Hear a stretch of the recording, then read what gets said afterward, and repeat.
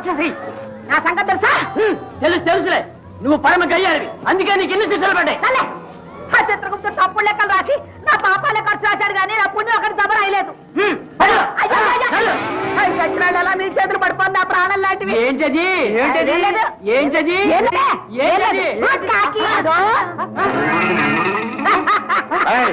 ఏమిటది?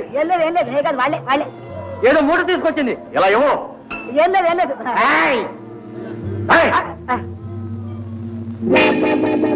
ఏమిటివి? ఒడియాలు బాబు, మా ఊరిని తెచ్చుకొచ్చాను. మావే ఇవంటే నాకు చాలా ఇష్టం బాబు. అయినా సరే వెంట పాపాలు తప్ప మరేమీ తీసుకురాకూడదు. స్మగ్లింగ్ ధర్మశాస్త్ర విరుద్ధం.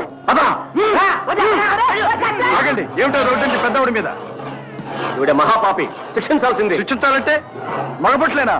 ఆడబొట్లు లేరు? ఆడబొట్టులా? ఆడబొట్లే లేరా? ఏం లోకమో నాయన ఇది. దీనికంటే మా భూలోకమే నయం. అక్కడ ఆడ పోలీసులు ఉంటారు. అలాగంటే ఈ సత్రాలకి నేను తిందామని ఒడియాలు తెచ్చుకుంటే ఈ సత్రాలు లాగేసుకుంటున్నారు. సీతమ్మత్త నా తండ్రి నన్ను ఇడిపి తీసుకెళ్ళడానికి వచ్చావా బాబు? నా నాయన, నా తండ్రి ఎప్పుడు వచ్చా బాబు? నేను నిన్నే వచ్చానత్త. అవును, నువ్వు ఎప్పుడు తెచ్చావు? 12 ఏళ్ళు అయింది బాబు. ఆ మాయదారు రుద్రైనా నగలు కాసుకుని నన్ను చంపించేశాడుగా బాబు. వాడే నన్ను చంపించాడు. నిన్న అమ్మో అమ్మో ఎంత మంచోండి. అవునత్త, నీ కొడుకు సుందరం ఉండాలిగా. వాడు ఏమయ్యాడు? నాతో ఆడుకునేవాడు.